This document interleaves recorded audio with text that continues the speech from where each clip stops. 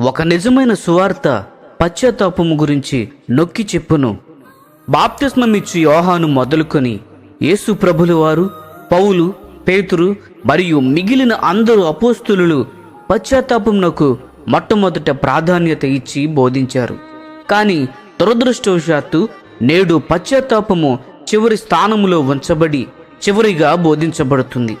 దీనికి భిన్నంగా దేవుని కేంద్రిత సువార్త పశ్చాత్తాపమునకు మనుషులను పిలుచుచున్నది.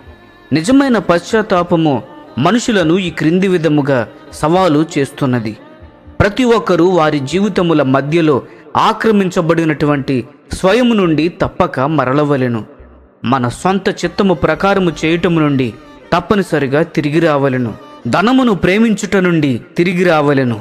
లోకములో ఉన్నదంతయు అనగా శరీరాశయు, నేత్రాశయు, జీవపు డంబము నుండి తిరిగి రావలెను.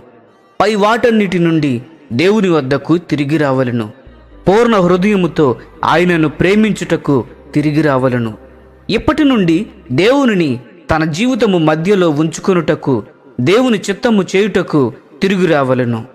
ఒక వ్యక్తి పశ్చాత్తాపపడినట్లయితే సిలువపై మరణించిన క్రీస్తునందు విశ్వాసం ఉంచటము ద్వారా మాత్రమే అతని పాపములు క్షమింపబడును.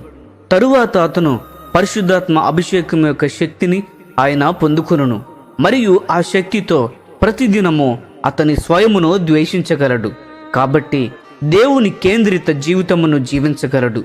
ఈ సువార్తనే యేసు మరియు ఆయన శిష్యులు బోధించిరి. మన జీవితములలో మనము చూచే ప్రతి అపవిత్రతను తొలగించుకొనుటకు, పశ్చాత్తాపపడుటకు మరియు క్రీస్తు సారూప్యంలోనికి రావడానికి దేవుని కృపను దయచేయమని ప్రార్థించదము.